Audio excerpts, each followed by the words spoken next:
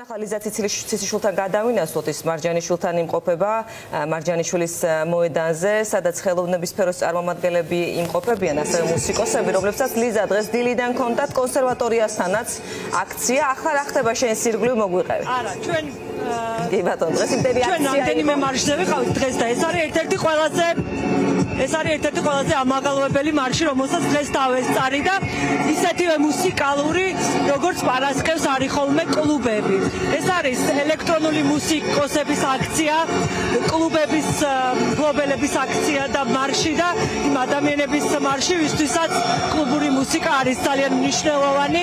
თქვენ ხედავთ, რომ ესენი არიან ადამიანები, რომლებიც პრინციპში იყვნენ ერთ-ერთი პირველი, ვინც გაიფიცა და დახურა კლუბები. საკლუბო სცენა ძალიან დიდი ხანია აღარ ფუნქციონირებს და ამბობენ, რომ მათთვის ეს რეჟიმი არ იყო ახალი, იმიტომ რომ მათ მიმართ რეჟიმი გაშიშვლდა ჯერ კიდევ 2018 წელს მაისში, როცა დაარბია კლუბები და შეიჭრა მათ პირად სივრცეში.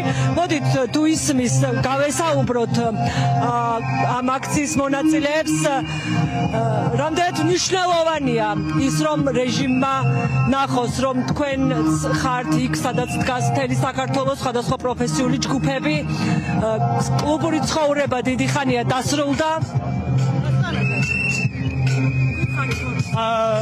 საერთოდ მე მგონია, რომ ყველაფერი ნათქვამი არის უკვე და ბევრი ლაპარაკი ამას აღარ ჭირდება. ის რომ ცხოვრობთ რეპრესიული რეჟიმის პირობებში, რომელმაც გადაკვეთა აბსოლუტურად ყველა ხაზი, რომელმაც არ დატოვა ჯგუფი, საზოგადოებრივი ჯგუფი არ დატოვა, რომლის წინააღმდეგაც ხმალა მოღებული არ იბრძვის ეს რეჟიმი.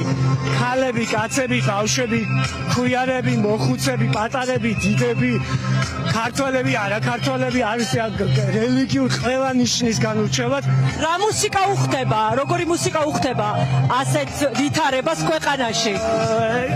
ასეთ ვითარებას ყველაზე მეტად უხდება ჩემი ერთის მუსიკა, რომელიც ისმის ყოველდღე პარლამენტის ბარიკადებთან, რომელიც არის განმეორებითი რიტმები, რაც ისმის ეს ბრახუნი, რომელიც არის ქართული საზოგადოების ხმა, რომელსაც სიტყვებიც კი არ ჭირდება ამ მუსიკას და ამ ხმას აუცილებლად გაიგებს, მე მგონი ჯერ არ ისმით, მაგრამ აუცილებლად გაიგებს მოძალადე სასტიკი ხელისუფლება, რომელიც პასუხს აგებს ამ ყველაფერს. დიდი მადლობა, თქვენ უსმენთ ერთ-ერთ აქციის მონაწილეს.